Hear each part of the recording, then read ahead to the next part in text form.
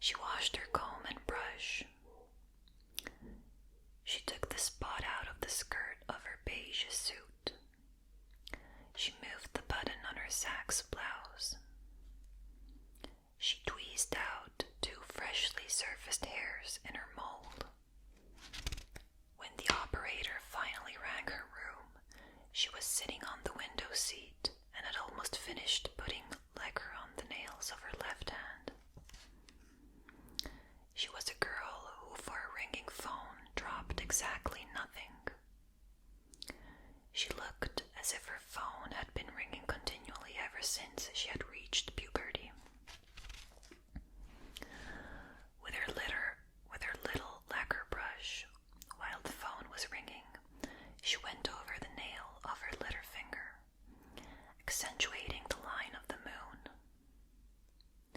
She then replaced the cap on the bottle of lacquer and, standing up, passed her left, the wet hand back and forth through the air. With her dry hand, she picked up a congested ashtray from the window seat and carried it with her over to the night table on which the phone stood. She sat down on one of the made-up twin beds and, it was the 5th or 6th ring, picked up the phone. "Hello," she said, keeping the fingers of her left hand outstretched and away from her white silk dressing gown, which was all that she was wearing except mules. Her rings were in the bathroom. "I have your call to New York now, Mrs. Glass," the operator said. "Thank you," said the girl, and made room on the night table for the ashtray. A woman's voice came through. "Muriel, is that you?" The girl turned the receiver slightly away from her ear. "Yes, Mother. How are you?" she said. "I've been worried to death about you. Why haven't you phoned? Are you all right?" "I tried to get you last night and the night before. The phone here's been... Are you all right, Muriel?" The girl increased the angle between the receiver and her ear. "I'm fine, I'm hot. This is the hottest day they've had in Florida in... Why haven't you called me? I've been worried too. Mother, darling, don't yell at me. I can hear you beautifully," said the girl. "I called you twice last night. Once just after I told your father you'd probably call last night. But no, he had to. Are you all right, Muriel? Tell me the truth." "I'm fine. Stop asking me that, please." "When did you get there?" "I don't know. Wednesday morning, early." "Who drove?" "He did," said the girl. "And don't get excited. He drove very nicely. I was amazed." "He drove? Muriel, you gave me your word of..." "Mother," the girl interrupted, "I just told you. He drove very nicely. Under 50 the whole way, as a matter of fact." "Did he try any of that funny business with the trees?" "I said he drove very nicely, Mother. Now, please.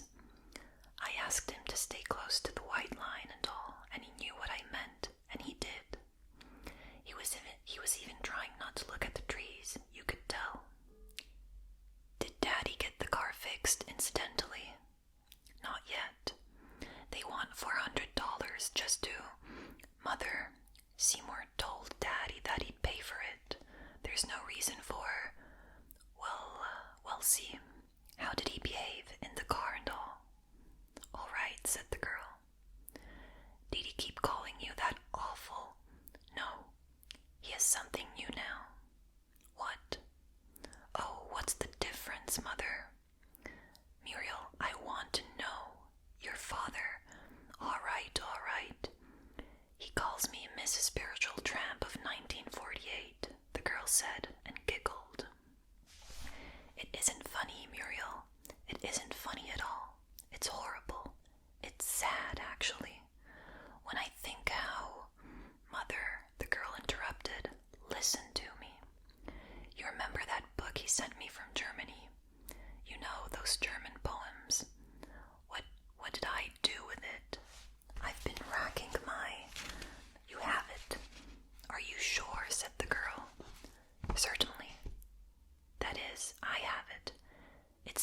Daddy's room. You left it here and I didn't have room for it in the... Why? Does he want it? No, only he asked me about it when we were driving down. He wanted to know if I'd read it. It was in German. Yes, dear. That doesn't make any difference, said the girl, crossing her legs. He said that the poems happened to be written by the only great poet of the century. He said I should have bought a translation or something, or learned the language, if you please. Awful, awful. It's sad, actually, is what it is. Your father said last night... Just a second, Mother, the girl said. She went over to the window seat for her cigarettes, lit one, and returned to her seat on the bed. Mother, she said, exhaling smoke. Muriel, now, listen to me. I'm listening. Your father talked to Dr. Savetsky. Oh, said the girl. He told him everything. At least, he said he did. You know your father. The trees, that business with the window, those horrible things he said to Granny about her plans for passing away. What he did with all those lovely pictures from Bermuda. Everything. Well, said the girl. Well, in the first place, he said it was a perfect crime the army released him from the hospital. My word of honor. He very definitely told your father there's a chance, a very great chance, he said, that Seymour may completely lose control of himself. My word of honor. There's a psychiatrist here at the hotel, said the girl. Who? What's his name? I don't know. Reeser or something. He's supposed to be very good. Never heard of him. Well, he's supposed to be very good anyway. Muriel, don't be fresh, please. We're very worried about you. Your father wanted to wire you last night to come home. As a matter of... I'm not coming home right now, Mother, so relax. Muriel, my word of honor. Dr. Savetsky said Seymour may completely lose control. I just got here, Mother. This is the first vacation I've had in years, and I'm not going to just pack everything and come home, said the girl. I couldn't travel now anyway. I'm so sunburned I can hardly move. You're badly sunburned. Didn't you use that jar of bronze I put in your bag? I put it right. I used it. I'm burned anyway. That's terrible. Where are you burned? All over, dear, all over. That's terrible. I'll live. Tell me, did you talk to this psychiatrist? Well, sort of, said the girl. What did he say? Where was Seymour when you talked to him? In the ocean room, playing the piano. He's played the piano both nights we've been here. Well, what did he say? Oh, nothing much. He spoke to me first. I was sitting next to him at bingo last night, and he asked me if that wasn't my husband playing the piano in the other room. I said yes, it was, and he asked me if Seymour's been sick or something. So I said, why'd he ask that? I don't know, Mother. I guess because he's so pale and all, said the girl. Anyway, after bingo, he and his wife asked me if I wouldn't like to join them for a drink. So I did. His wife was horrible. You remember that awful dinner dress we saw in Bonwit's window? The one you said you'd have to have a tiny, the green. She had it on, and all hips. She kept asking me if Seymour's related to that Suzanne Glass that has that place on Madison Avenue, the millinery. What did he say, though, the doctor? Oh, well, nothing much, really. I mean, we were in the bar and all. It was terribly noisy. Yes, but did you tell him what he tried to do with Granny's chair? No, Mother. I didn't go into details very much, said the girl. I'll probably get a chance to talk to him again. He's in the bar all day long. Did he say he thought there was a chance he might get, funny or anything do something to you? Not exactly, said the girl. You had to have more facts, Mother. They have to know about your childhood, all that stuff. I told you we could hardly talk. It was so noisy in there. Well, how's your blue coat? All right. I had some of the padding taken out. How are the clothes this year? Terrible, but out of this world.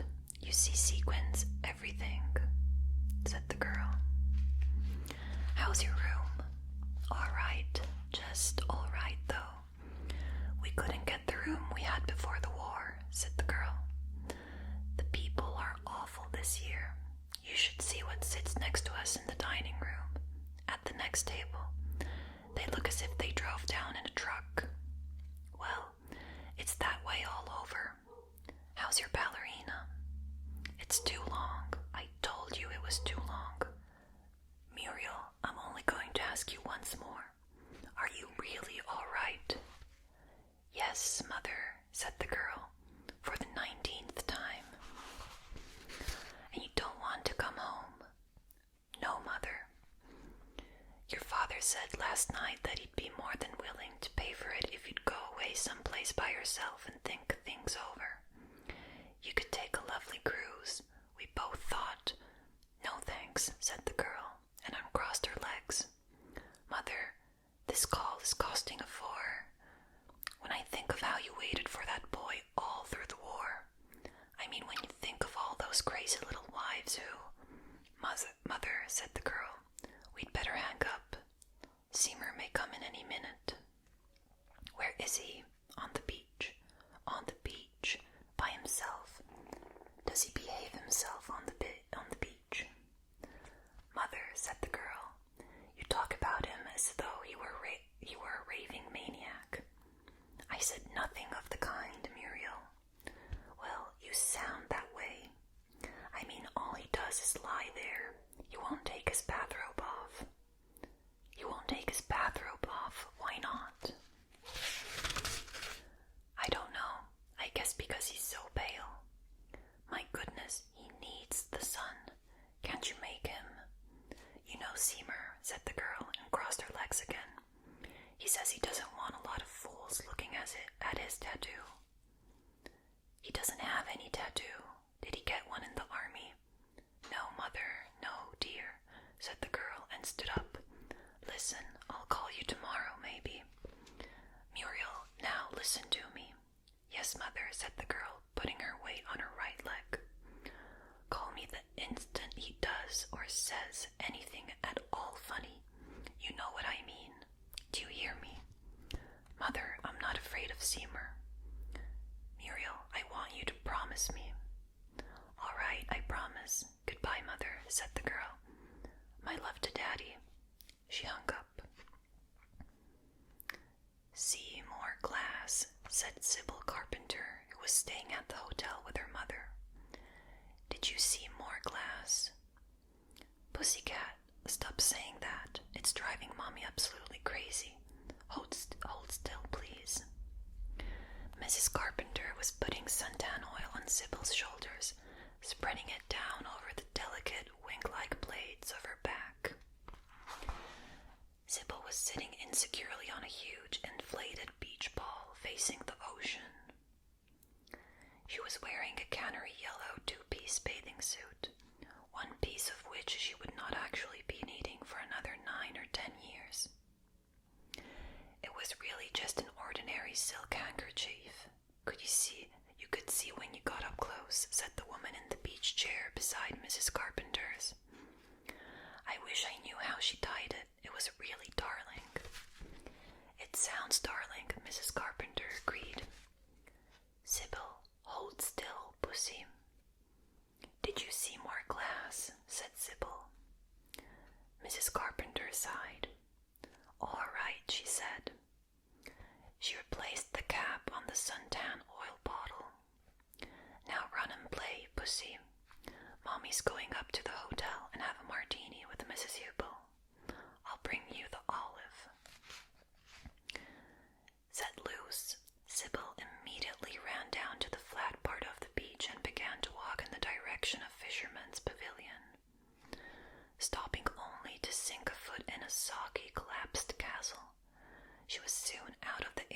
reserved for guests of the hotel. She walked for about a quarter of a mile and then suddenly broke into an oblique run up the soft part of the beach. She stopped short when she reached the place where a young man was lying on his back.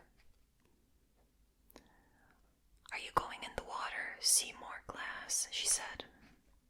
The young man started, his right hand going to the lapels of his terry cloth robe. He turned over on his stomach, letting a sausage towel fall away from his eyes, and squinted up at Sybil. "Hey, hello, Sybil. Are you going in the water?" "I was waiting for you," said the young man. "What's new?" "What?" said Sybil. "What's new? What's on the program?" "My daddy's coming tomorrow on an airplane," Sybil said, kicking sand. "Not in my face, baby," the young man said, putting his hand on Sybil's ankle. "Well, it's about time he got here, your daddy. I've been expecting him hourly. Where's the lady?" Sybil said. "The lady?" The young man brushed some sand out of his thin hair. "That's hard to say, Sybil. She may be in any one of 1,000 places. At the hairdresser's, having her hair dyed mink, or making dolls for poor children in her room." Lying prone now, he made 2 fists, set one on top of the other, and rested his chin on the top one. "Ask me something else, Sybil," he said. "That's a fine bathing suit you have on. If there's one thing I like, it's a blue bathing suit." Sybil stared at him, then looked down at her protruding stomach. "This is a yellow," she said. "This is a yellow." "It is. Come a little closer." Sybil took a step forward. "You're absolutely right. What a fool, Emma. What a fool I am." "Are you going in the water?" Sybil said. "I'm seriously considering it. I'm giving it plenty of thought, Sybil. You'll be glad to know."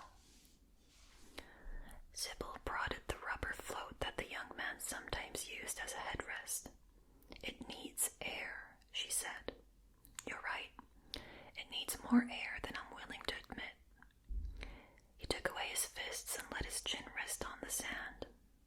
"Sybil," he said, "you're looking fine. It's good to see you. Tell me about yourself." He reached in front of him and took both of Sybil's ankles in his hands. "I'm Capricorn," he said. "What are you?" "Sharon Lipschutz said you let her sit on the piano seat with you," Sybil said. "Sharon Lipschutz said that?" Sybil nodded vigorously. He let go of her ankles, drew in his hands, and laid the side of his face on his right forearm. "Well," he said, "you know how those things happen, Sybil.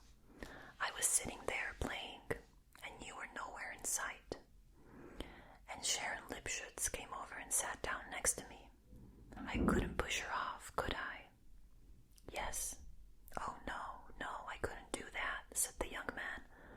"I'll tell you what I did do, though." "What?" "I pretended she was you." Sybil immediately stooped and began to dig in the sand. "Let's go in the water," she said. "All right," said the young man. "I think I can work it in." "Next time, push her off," Sybil said.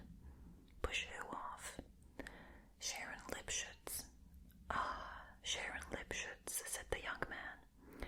"How that name comes up, mixing memory and desire." He suddenly got to his feet. He looked at the ocean. "Sybil," he said, I'll tell you what we'll do. We'll see if we can catch a banana fish." "A what?" "A banana fish," he said, and undid the belt of his robe. He took off the robe. His shoulders were wide and narrow. His trunks were royal blue. He folded the robe, first lengthwise, then in thirds. He unrolled the towel he had used over his eyes, spread it out on the sand, and then laid the folded robe on top of it.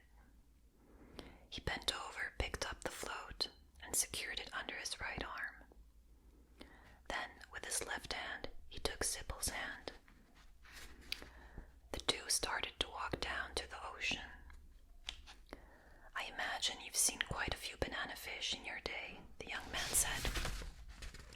Sybil shook her head. You haven't. Where do you live anyway? I don't know, said Sybil. Sure you know, you must know. Sharon Lipschutz knows where she lives and she's only 3.5. Sybil stopped walking and yanked her hand away from him.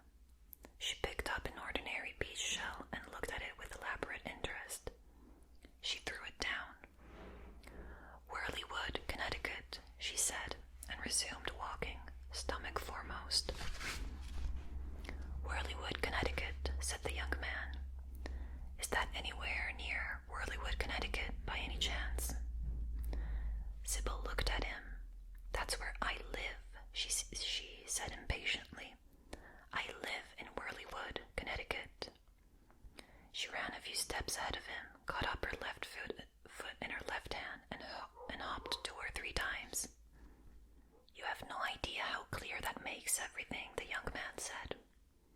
Sybil released her foot. Did you read Little Black Sambo? She said. It's very funny you ask me that, he said. It so happens I just finished reading it last night. He reached down and took back Sybil's hand. What did you think of it? He asked her. Did the tigers run all around that tree? I thought they'd never stop. I never saw so many tigers. There were only 6, Sybil said. Only 6, said the young man. Do you call that only? Do you like wax? Sybil said. Do I like what? Asked the young man. Wax. Very much, don't you? Sybil nodded. Do you like olives? She asked. Olives, yes, olives and wax. I never go any place without 'em. Do you like Sharon Lipschutz? Sybil asked. Yes, I do, said the young man. What I like particularly about her is that she never does anything mean to little dogs in the lobby of the hotel. That little toy bull that belongs to that lady from Canada, for instance. You probably won't believe this, but some little girls like to poke that little dog with balloon sticks. Sharon doesn't. She's never mean or unkind. That's why I like her so much. Sybil was silent. I like to chew candles, she said finally. Who doesn't? Said the young man, getting his feet wet. Wow, it's cold. He dropped the rubber float on its back. No, wait just a second, Sybil. Wait till we get out a little bit. They waited out till the water was up to Sybil's waist. Then the young man picked her up and laid her down on her stomach on the float. Don't you ever wear a bathing cap or anything? He asked. Don't let go, Sybil ordered. You hold me now. Miss Carpenter, please. I know my business, the young man said. You just keep your eyes open for any banana fish. This is a perfect day for banana fish. I don't see any, Sybil said. That's understandable. Their habits are very peculiar. He kept pushing the float. The water was not quite up to his chest. They lead a very tragic life, he said. You know what they do, Sybil? She shook her head. Well, they swim into a hole where there's a lot of bananas. They're very ordinary-looking fish when they swim in. But once they get in, they behave like pigs. Why, I've known some banana fish to swim into a banana hole and eat as many as 78 bananas. He edged the float and its passenger a foot closer to the horizon. Naturally, after that, they're so fat they can't get out of the hole again, can't fit through the door. Not too far out, Sybil said. What happens to them? What happens to who? The banana fish. Oh, you mean after they eat so many bananas they can't get out of the banana hole? Yes, said Sybil. Well, I hate to tell you, Sybil. They die. Why? Asked Sybil. Well, they get banana fever. It's a terrible disease. Here comes a wave, Sybil said nervously. We'll ignore it. We'll snub it, said the young man.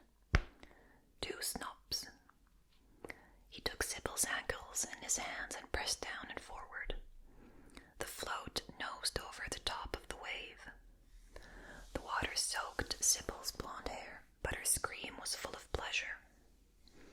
With her hand, when the float was level again, she wiped away a flat, wet band of hair from her eyes and reported, "I just saw one." "Saw what, my love?" "A banana fish." "My God, no," said the young man. "Did he have any bananas in his mouth?" "Yes," said Sybil. 6. The young man suddenly picked up one of Sybil's wet feet, which were dropping over the end of the float, and kissed the arch. "Hey," said the owner of the foot, turning around. "Hey yourself. We're going in now. You had enough?" "No."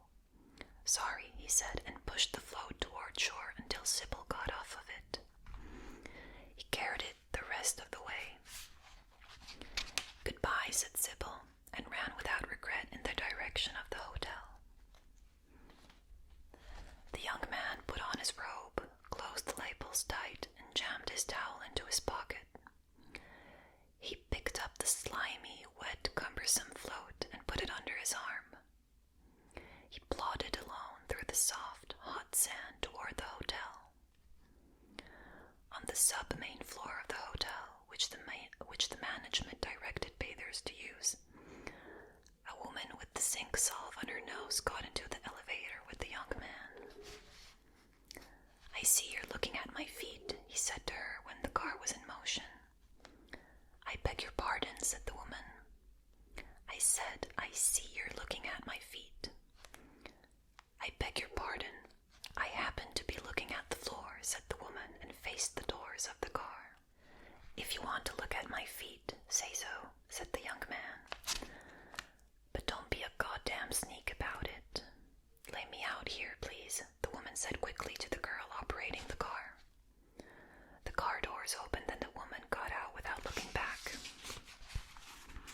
"I have 2 normal feet, and I can't see the slightest goddamn reason why anybody should stare at them," said the young man. 5, please."